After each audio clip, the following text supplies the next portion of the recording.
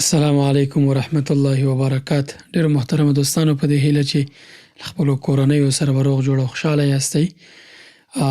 تیرو درسونو کې یا د کهف سورت د تفسیر او ترجمې په تیرو برخو کې مو د کهف په اړه مهم معلومات ځای پر ځای کړي دي چې که تاسې یې نه وي اورېدلي، دا سلسله له لومړۍ راپیل کړئ، له لومړۍ برخې، او دا یې تقریباً څلورمه برخه ده.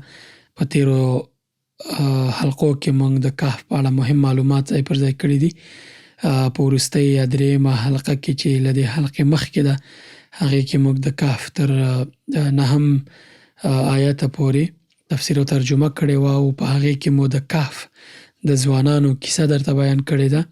راځم نن په دې حلقه کې یا په دې برخه کې د کهف د تفسیر او ترجمې د کهف سورت نهم آیت نه شروع کوم چې د اصحاب کهف کیسه پکې بیانېږي. تیره حلقه کې د اصحاب کهف کیسه شته دی، که غواړئ هغه واورئ. هغې کې مهم مسایل بیان شوي. کله چې زه دغه آیتونه تاسې ته ترجمه او تفسیر کوم، بیا هغه درته اسانه کېږي او مرسته در سره کوي. که تاسې هغه برخه نه وي اورېدلې نو وایې او د کهف کیسه هلته هم بیان شوې ده. اعوذ بالله من الشیطان الرجیم. پناه غواړم په الله پاک باندې، الله پاک ته پناه وړم له شیطان راټېل شوي نه. بسم الله الرحمن الرحیم. شروع کوم په نامه د الله چې ډېر مهربان او پوره رحم لرونکی دی. د کهف سورت په نهم آیت کې د اصحاب کهف کیسه شروع کیږي.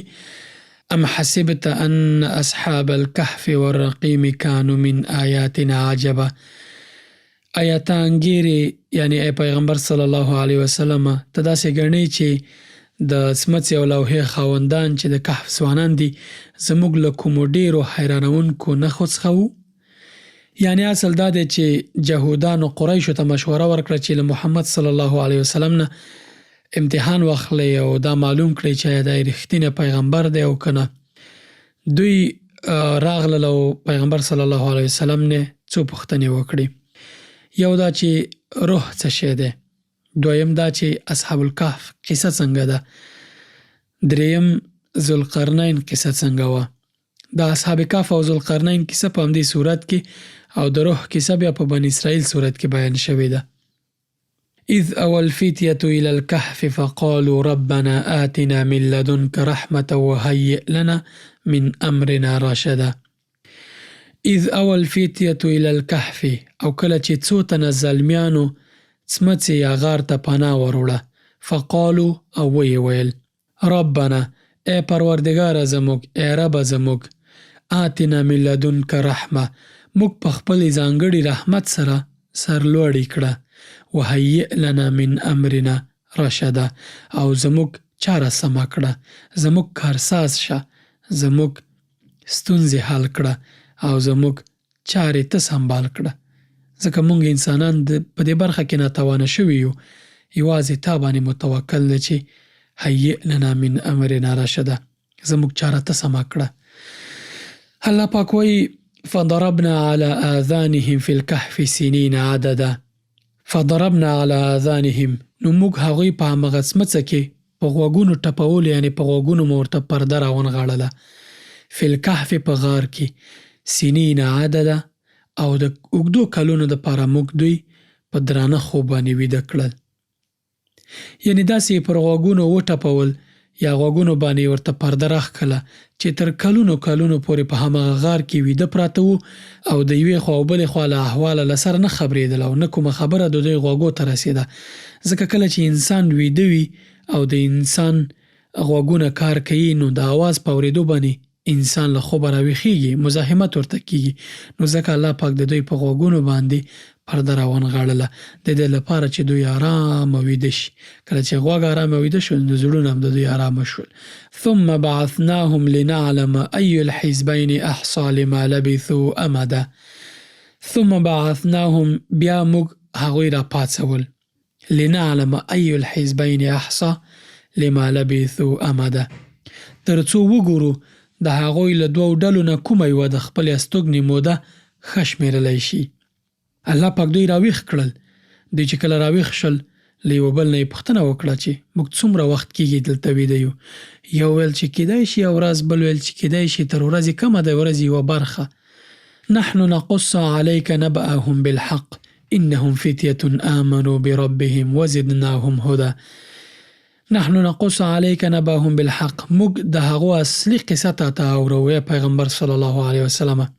انهم فتیة آمنو، دوی یوه ډله یا څو تنه زلمیانو چې پر خپل پروردګار یې ایمان راوړی و.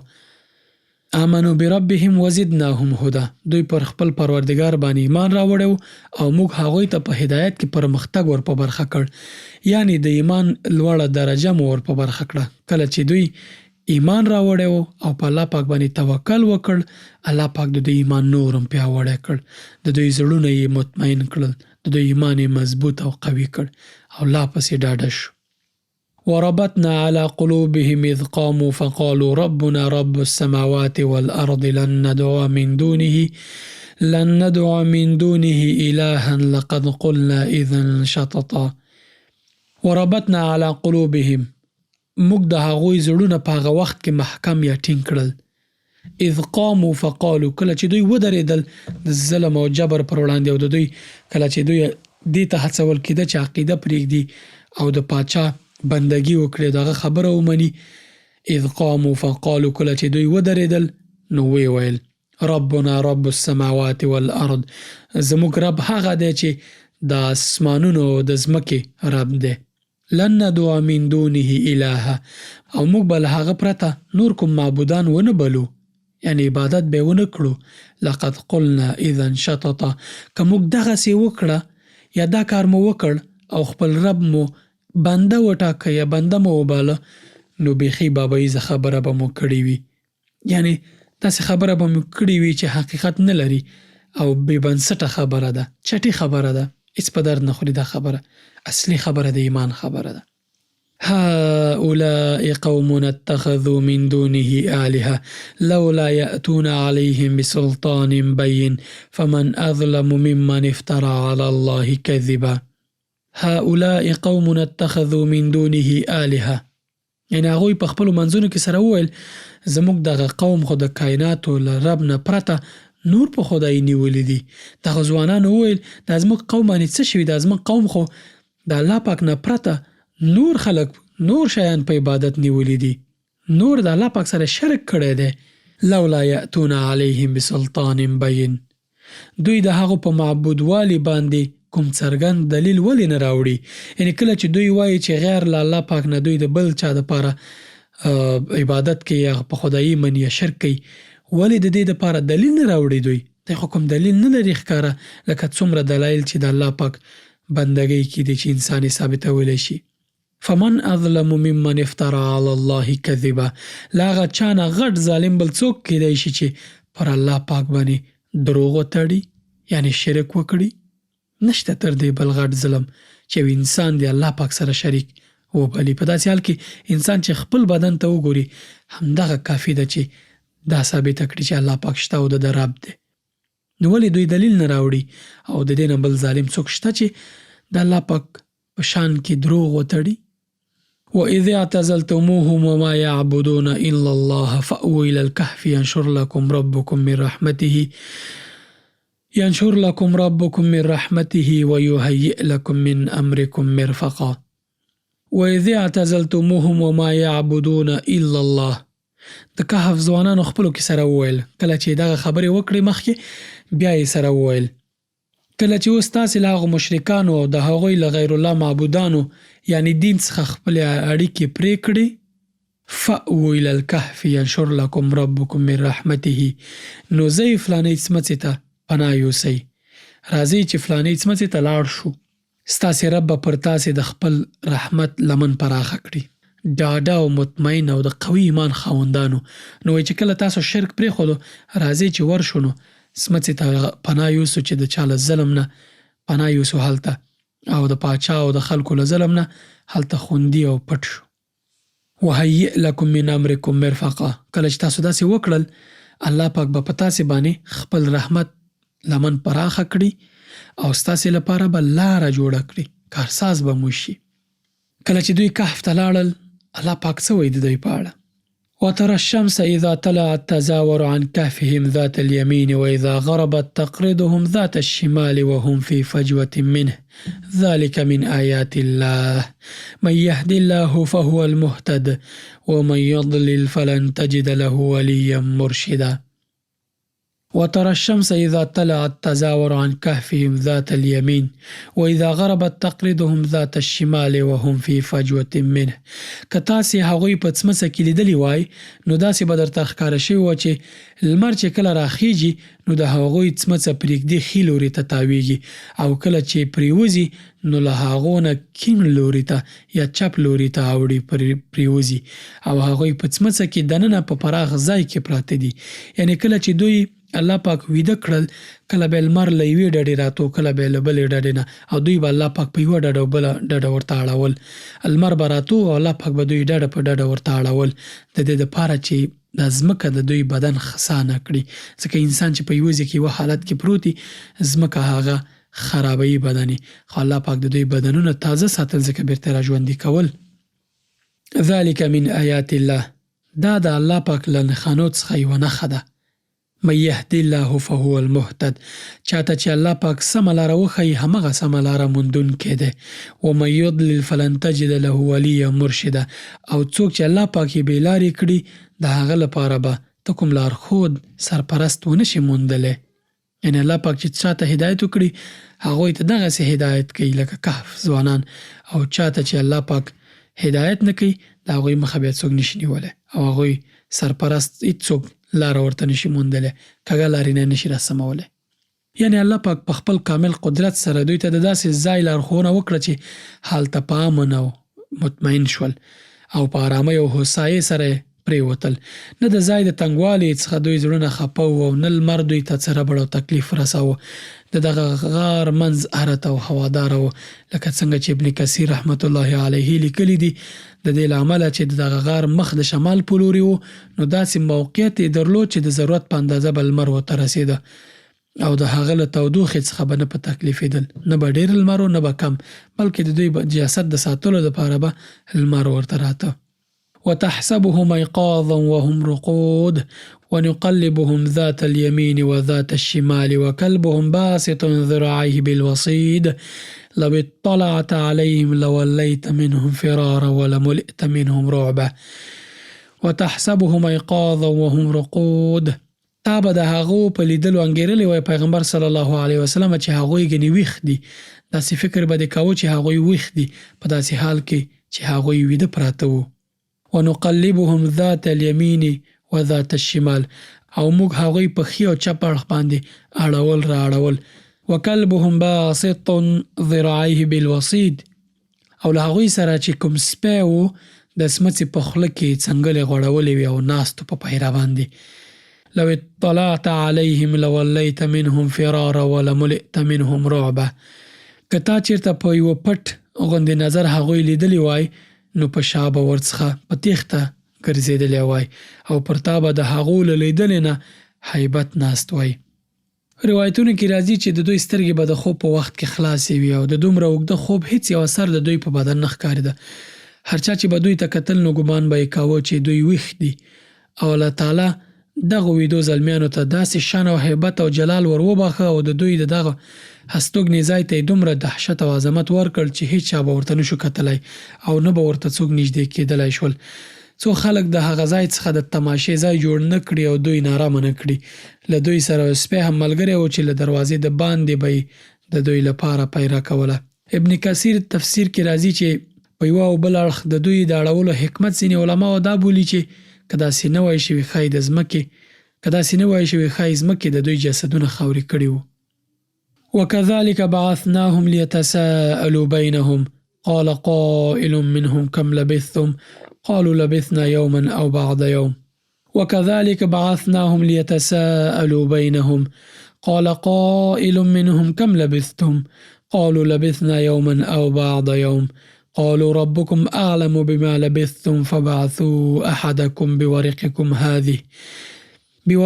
هذه إلى المدينة فلينظر أيها أزكى طعاما فليأتكم برزق منه وليتلطف ولا يشعرن بكم أحدا وکذلک بعثناهم لیتساءلوا بینهم. په دغسې حیرانونکې صحنې سره موږ هغوی راپاڅول تر څو په خپلو منځو کې له یوه بل نه پوښتنه وکړي.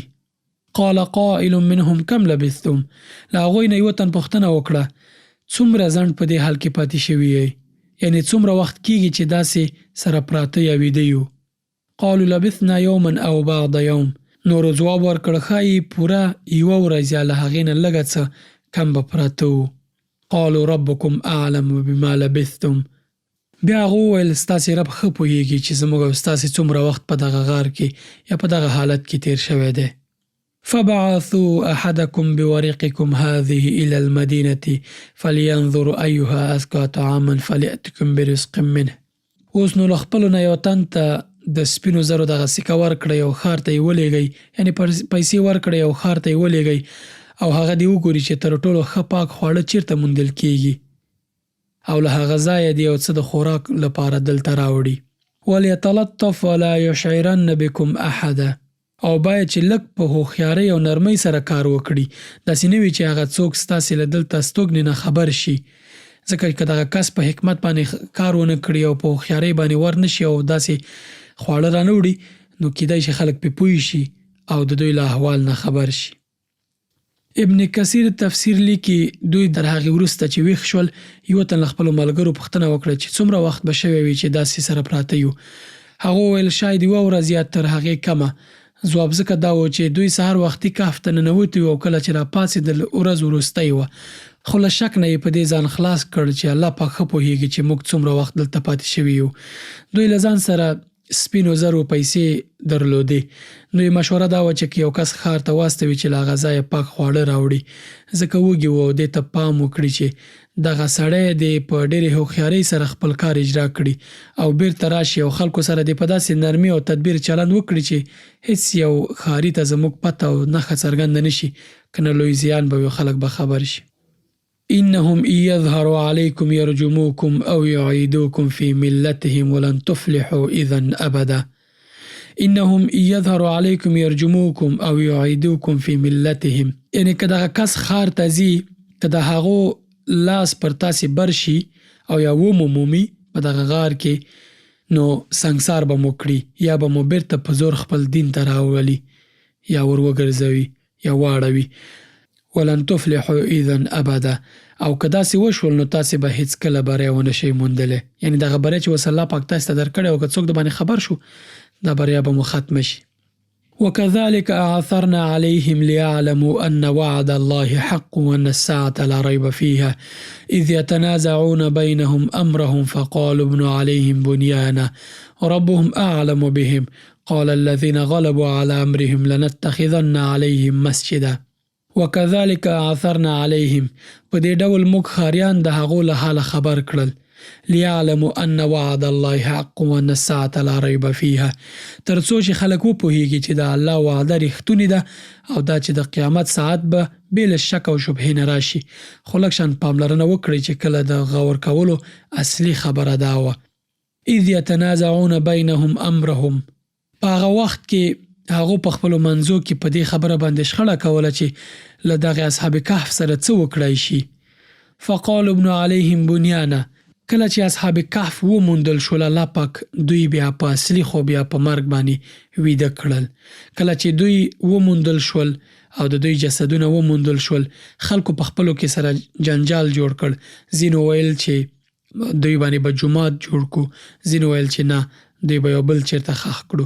نو په همدغې باندې مشاجره او جنجال او شخړه وه. بیا الله پاک وایي چې فقالوا ابنوا علیهم بنیانا ربهم اعلم بهم قال الذين غلبوا على امرهم لنتخذن عليهم مسجدا.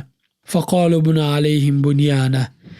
ځینو ویل پر دوی به یو دیوال جوړ کړی شي، دیوال به پرې جوړ کو، یعنې دوی به لاندې ښخ کو، په سر به یو دیوال جوړ کو، اجازه نشانی او نورو نسلونو ته تاریخ په توګه پاتې شي. ربهم اعلم بهم. یوازې د دوی رب د دوی په چاره ښه پوهیږي. قال الذين غلبوا على امرهم لنتخذن عليهم مسجدا. خو کوم کسان چې د هغو په چارو برلاسی وو یا اکثریت به یا غالب لاس و د دوی برلاسی وو، هغو ویل موږ به ارومرو پر دوی باندې یو عبادت خانه جوړه کړو. د اصحاب کهف له ډلې یو کس یې پیسې واخیستې او ښار ته ننوت، خو د ښار ټول شیان ده ته نوي او بدل شوي ښکارېدل. د ښار خلکو چې له ده سره پیسې ولیدې حیران شول چې دا خو اوسنۍ سکې یا پیسې نه دي او پر دغو پیسو چې د کوم پاچا انځور دی دا خو د اوسني پاچا نه دی. همدې موضوع بحثونه راوپارول تر دې چې د هغه وخت پاچا ته خبره ورسېده. پاچا هغه لیکدړی یا لوحه راوغوښته چې د اصحاب کهف ځوانانو نومونه پرې لیکل شوي وو چې د دوی د لادرکه کېدو تاریخ او جزئیات او دا پکې لیکل شوي وو چې دغه ځوانان په کوم کال کې ناڅاپه لادرکه شول. له څېړنو وروسته یې معلومه کړه چې دا ځوانان د اصحاب کهف له ډلې دي. همغه ډله ده. ورته مهال په دغه ښار کې له مرګ نه وروسته بیا را ژوندي کولو یا بحث بعد الموت په اړه تاوده اختلافونه او بحثونه روانو. چا ویل له مرګ وروسته بیا ژوندي کېدل نشته، نورو ویل دا یو روحاني ژوندي کېدل دي چې او جسمي نشته، او ځینې په دواړه قایلو. د وخت پاچا د خپلې خوښې یو عالم وټاکو چې په دې اړه رښتینې دلایل پیدا کړي چې خلکو ته د قناعت وړ وي او پرې وپوهیږي. الله پاک ورته دغه ژوندی مثال په لاس ورکړ چې د آخرت منکران هم د دې پیښې په اړه حیران وو، ورسره د آخرت او له مرګه بیا را ژوندي کول ثابت شول. دوی په دې وپوهېدل چې دا د الله پاک یوه تنبیه اشاره ده چې له بیا ژوندي کېدلو نه کم دلیل نه دی. یعنې داسې کېدای شي چې پاک الله له مرګ وروسته انسان را ژوندی کړي. دا کار الله پاک کولی شي. د مسجد د جوړېدو په اړه فقالوا ابنوا عليهم بنيانا ربهم أعلم بهم قال الذين غلبوا على أمرهم لنتخذن عليهم مسجدا. دغه نه ده معلومه چې له دې وروسته اصحاب کهف همغسې ژوندي پاتې شول، کمړه شول، کمړه شوي وي، څه مهال وو او دقیق وخت یې څومره دی او که ژوندي پاتې وي نو تر کله او بیا کله مړه شول. په هر حال د هغه ښار خلکو دغه عجیب او غریب احوال ولید او ټول پر دې خبر شول او د ډېرې عقیدې له امله یې وغوښتل چې دغه غار ته نږدې کوم مناسب ځای کې د یادګار په ډول کوم عمارت جوړ کړي یا ودانۍ جوړه کړي څو د زیارت کوونکو د هوساینې لامل شي. نو په دغه کې به د نظر اختلاف واقع شوی وي چې څه قسم ودانۍ جوړه کړي، دیوال جوړ کړي او که جومات. د دغه اختلافونو تفصیلات الله پاک ته ښه معلوم دي او دغه هم د هغه په علم کې شته چې دغه تجویز د دوی له مړینې څخه وروسته وشو یا مخکې یا د دوهم ځل د خوب له راتګ څخه مخکې. آیا خلک تر هغه غاره پورې رسیدلی دي او د دوی په ملاقات یا زیارت مشرف شوي دي او که نه؟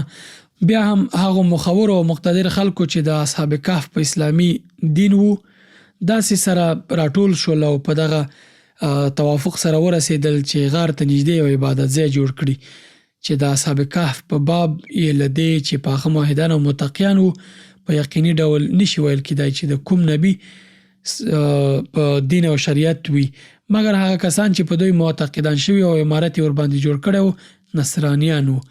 ابو حیان په بحر محیط کې د اصحاب کهف د ځای د معلومولو په باب ډېر اقوال نقل کړي دي چې که څوک غواړي نو هلته یې لوستلی او مطالعه کولی شي. سيقولون 3 رابعهم كلبهم ويقولون 5 سادسهم كلبهم رجما بالغيب ويقولون 7 وثامنهم كلبهم قل ربي أعلم بعدتهم ما يعلمهم إلا قليل فلا تمار فيهم إلا مراء ظاهرا ولا تستفت فيهم منهم أحدا. ځینې کسان به وایي چې هغوی 3 تنه وو او 4 د هغوی سپی وو او ځینې نور به وایي چې دوی 15 کسان وو او 6 د هغوی سپی وو. دا ټولې بې ځایه د بې خبرۍ ویناوې دي. ویقولون 7 وثامنهم كلبهم قل ربي أعلم بعدتهم ما يعلمهم إلا قليل. ځینې نور خلک به وایي چې 7 کسان وو او 8 د هغو سپی وو. ووایه پیغمبر صلی الله علیه وسلم دوی ته چې زما رب ښه پوهیږي چې هغوی څو تنه وو، لږ کسانو ته د هغوی صحیح شمېر معلوم دی. فلا تمار فيهم الا مراء ظاهرا ولا تستفت فيهم منهم احدا. نو ته له سطحي خبرې زیات د هغو د شمېر په برخه کې له خلکو سره بحث مه کوه او ولا تستفت فيهم منهم احدا او مه د هغو په باب له چا نه پوښتنه کوه ځکه الله پاک ته معلوم دی او دا ضرور نه ده چې ته په دې پوه شي یا نور په دې پوه شي. مهم د دوی داستان او د دوی داستان نه درس دی، تعداد یې الله پاک ته معلوم دی. یعنی اوریدونکي به د اصحاب کهف د کیسې له اورېدو څخه وروسته لکه چې د خلکو عادت دی اټکلي غشي ولي چې یو به وایي دومره و بل به وایي شمېر یې دومره و، هېڅ مهمه نه ده شمېر یې څومره و. الله پاک فرمایي چې اصلي شمېر یې الله پاک ته او کمو خلکو ته معلوم دی. نو پیغمبر صلی الله علیه وسلم ته په دې خبرو سر مه خوږوه، ځکه کیدای شي دوی شمېر بل څه اورېدلی وي او ته چې کله شمېر ووایي بیا در باندې تهمت وکړي چې نه ته خو دروغ وویل. په دې کې حکمت دی. قل ربي اعلم بعدتهم ما يعلمهم الا قليل. اوس که دوی ته سم شمېر هم ووایي دوی به ستا اصلي خبره بابیزه وبولي. که څه هم په ځینو تفسیرونو کې د دوی شمېر په اړه تحقیق شوی او غالب ګمان یې دا بللی چې 7 کسانو، خو زه هم همدې خبرې ته ترجیح ورکوم چې قل ربي اعلم بعدتهم ما يعلمهم الا قليل. الله پاک د دوی په شمېر ښه پوهېږي او ځینې کم شمېر خلک او موږ تاسې ته اړتیا نشته چې په ګمانونو دا خبره کلکه ونیسو چې شمېر یې څو. موږ ته یې له داستانه درس اخیستل مهم دي. ولا تقولن لشيء اني فاعل ذلك غدا. او پام کوه یوې خبرې ته د یوه شي په باب باندې پام کوه. ولا تقولن لشيء اني فاعل ذلك غدا. هیڅ کله دا مه وایه چې سبا به زه دا کار وکړم. د آیت پسې بل آیت هم لولم ځکه د دې آیت موضوع برخه له بلې برخې سره تړلې ده، هغه سره پیوسته ده. الا ان یشاء الله واذكر ربك اذا نسيت وقل عسى ان يهديني ربي لاقرب من هذا رشدا. ته هیڅ نشي کولای مګر دا چې د الله اراده وشي. که په هیره سره دې دغه ډول خبره له خولې نه ووځي نو سمدلاسه خپل رب یاد کړه، ووایه وقل عسى ان يهديني ربي لاقرب من هذا رشدا. هیله ده چې زما پروردګار به په دې معامله کې نیکي ته د ډېرې نږدې کړنچارې په لوري ماته لارښوونه وکړي.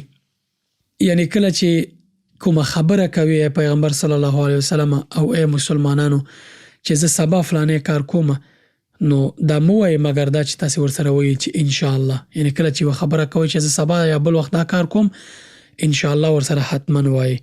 تاسې به اورېدلي چې د کهف صورت په لومړیو مقدمه کې او لومړیو برخو کې ما دا موضوع وضاحت باندې بیان کړی و، اوس یې درته لنډیز بیا وایم. کله چې مشرکینو له پیغمبر صلی الله علیه وسلم نه پوښتنه وکړه چې موږ ته د اصحاب کهف د روح او د ذوالقرنین په اړه داستان بیان کړه، چې هغه داستان تیرو برخو کې د دې ویډیو یاد شوی دی. جهودانو قریشو ته وویل چې پیغمبر صلی الله علیه وسلم ته ورشي او پوښتنه ترې وکړي چې روح څه شی دی، ذوالقرنین کیسه څه ده او د اصحاب کهف داستان راته ووایه.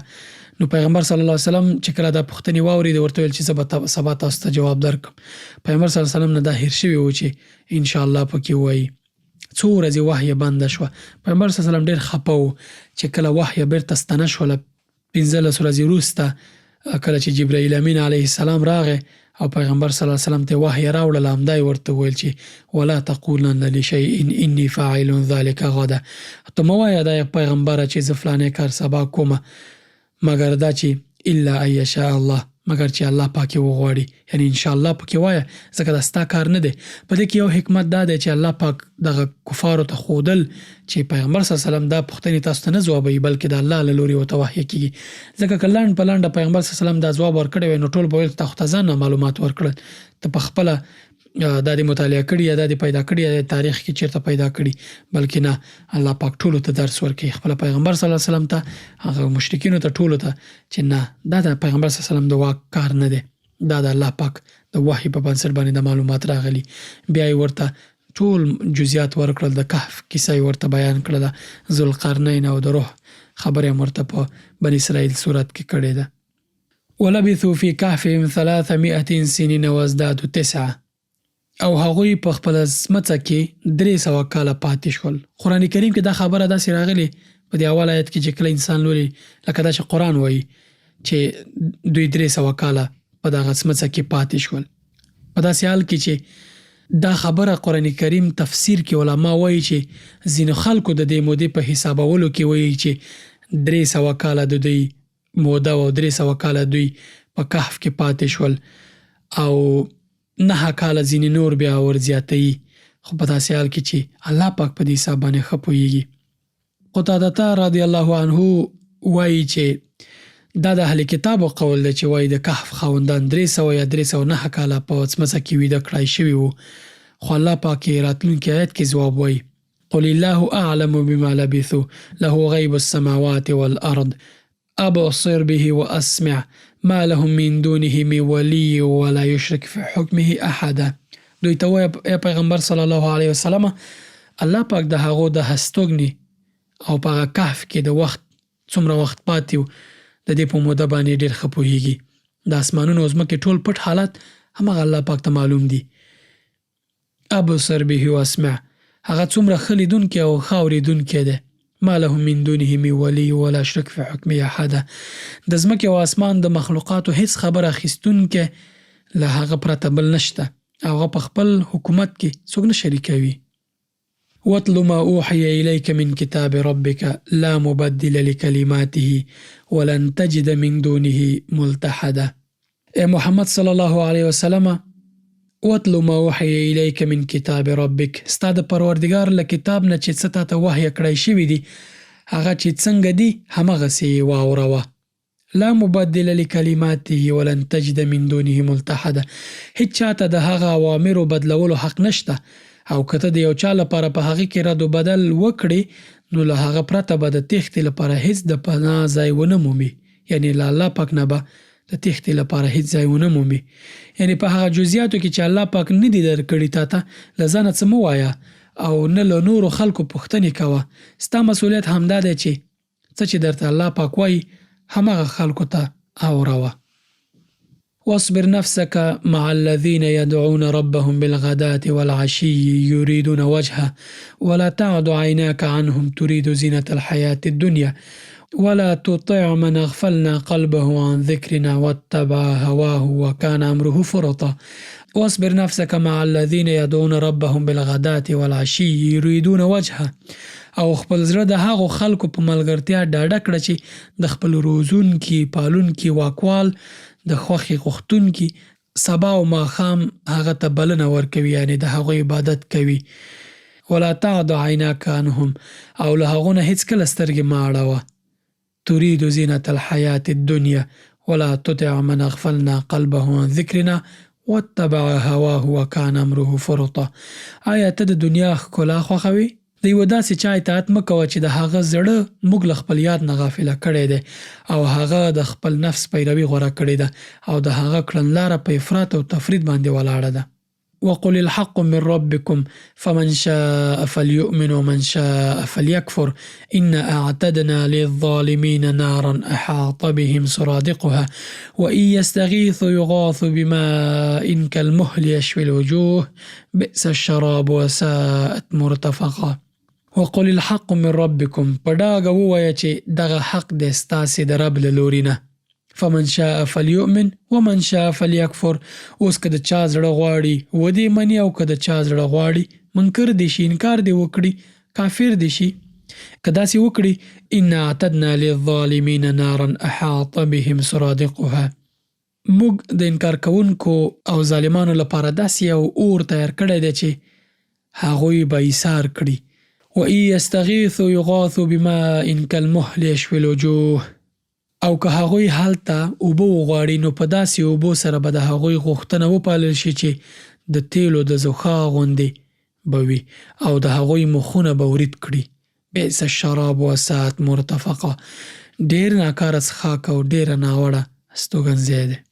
د کفارو دپاره و هغوی چې د الله پاک له آیتونو د الله پاک له معجزو او د الله پاک له ویناو انکار کوي نو هغوی دپاره خو دغسې څښاک او دغسې سخت استوګنځی دی. اوس پاتې شول هغه کسان چې ایمان راوړی. ان الذين آمنوا وعملوا الصالحات انا لا نضيع اجر من احسن عمله.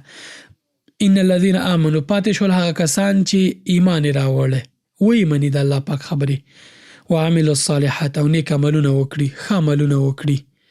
انا لا نضيع اجر من احسن عمله. نو دا یقیني ده چې موږ د نیکو کارانو اجر نه ضایع کوو یعنې ډېره لږه نیکي به یې هم نه ورک کېږي او پوره بدل به ورکړی شي. أولئك لهم جنات عدن تجري من تحتهم الأنهار يحلون فيها من أساور من ذهب ويلبسون ثيابا خضرا من سندس واستبرق متكئين فيها على الأرائك نعم الثواب وحسنت مرتفقا. اولئک لهم جنات عدن تجری من تحتهم الانهار. د هغو لپاره تل سمسور باغونه دي چې تر هغو لاندې به ویالې بهیږي.